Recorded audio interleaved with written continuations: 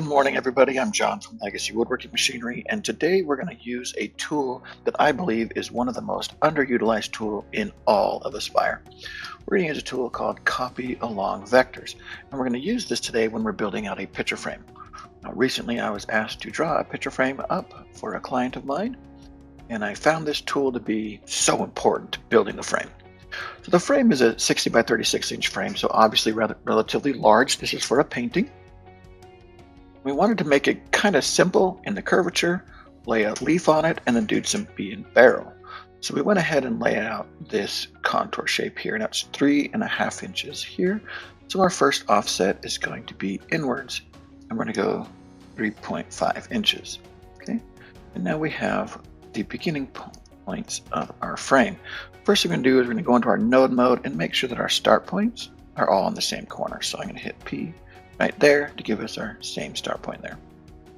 Let's go ahead and build our 2-rail sweep. I'm going to select the outer rail first, holding down Shift, select the inner rail, click on New Selection, grab the cross section, click here, and I'm going to fix each one of the corners. What you'll notice when you click on all 4 corners is that 2 of them are off, so we're going to go ahead and just pull these over to the corners. That's going to make our frame look perfect. So here is our picture frame so far, and I don't want to fill the intersection. Let's hit apply again. There we go. So there's our frame. We have beautiful corners, everything lines up great. The next thing we wanted to do is add a bead and barrel around the outside edge of our frame. Now usually what you would do is you just grab your outside border here. You know that this is a 3/4 inch flat here, so I'm going to offset in 3/8 of an inch. And I would take my bead and barrel and just run it across by holding down my bead and barrel, clicking on this one, and going copy along, and let's just say a 2.5. We would do something like this. But these corners, they just don't look right. And each one of them looks a little different. So we want to fix that and make that look correct. So let's show you how it's done. First, Control Z, click on Close, and grab our box there, go to our Gadget tool, and here we're just going to use the explode vectors, and all that's going to do is just break those into 4 lines. I'm going to grab this line here, and I'm going to grab my bead and barrel. Now if we go down into our copy along vectors, the first thing we do is select the object to copy, then this one here, and click on copy. I'm going to grab this one here and then the vertical line and copy. You can do this on all 4 lines. First the bead and barrel, and then the line to copy. When we're done, what we should have this great little cross section right here that we just need to do a little cleanup on. So we're going to select these, and we're going to ungroup, grab our scissors tool, and we're just going to cut this excess off. Delete out corners that no longer apply. And we'll do that to each corner. Group, grab our scissors tool, and just clean out all of this. Alright, so what we're doing here is just making our corner look perfect. And let's take a look at this one when we're done. See how nice it looks. Trim out our ends here.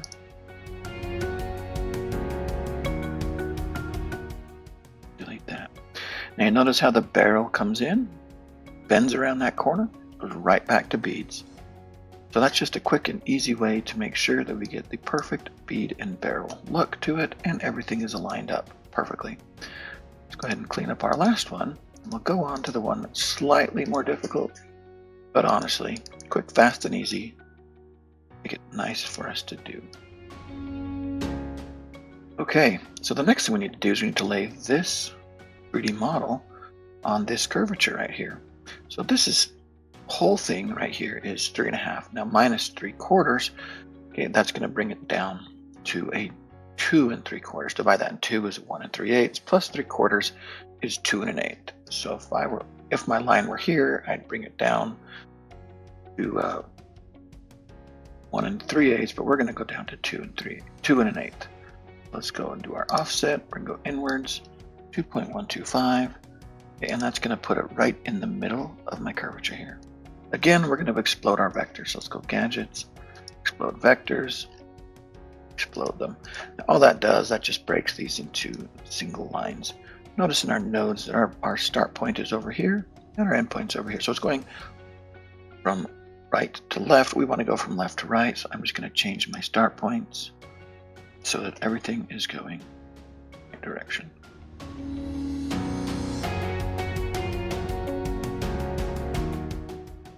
Okay. Now we'll take this guy here, and we know now this one here is 6 inches. So we're going to grab that, grab this, go here, and I'm going to say specify distance between. I stay right at 6, and I want to force even spacing there. Now forcing even spacing is really important because I want the center of my part to be right on the end. Let's show you what happens when we come down this one. And again on this one here.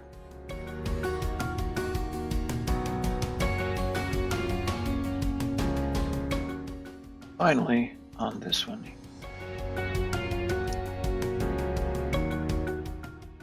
All right, now everything looks really good except for these corners here. So we're going to grab our 2 corners, ungroup those, and we'll just delete off the outside edge.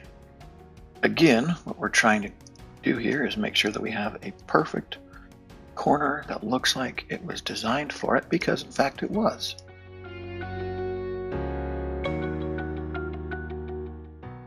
Take a look at our last ones right here. And let's go take a look at our 3D.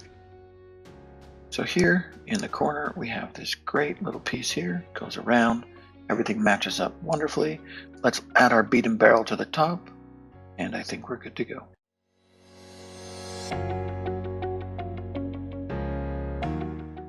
Okay, those are the only closed vectors there, so we should be just fine.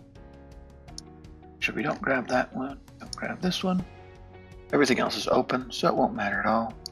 Up to here.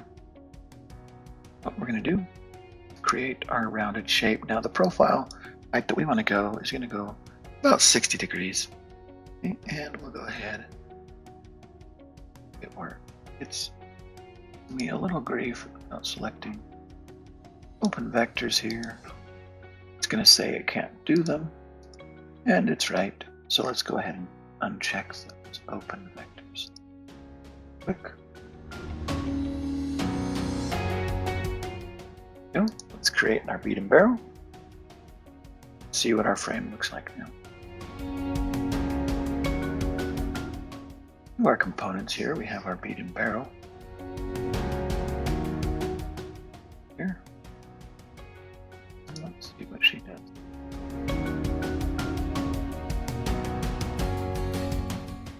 Our profile height to be 60 degrees.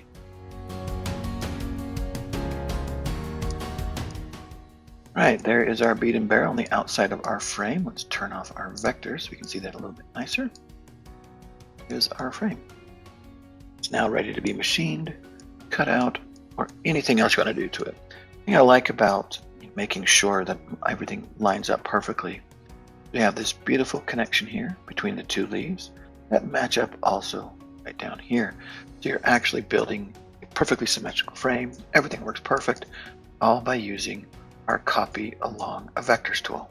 The most important thing you can remember about copy along vectors, if we draw a line, doesn't matter how long, and we take our shape and we're just going to put 3 across there. The reason I want 3 is just going to show you real quickly how it works.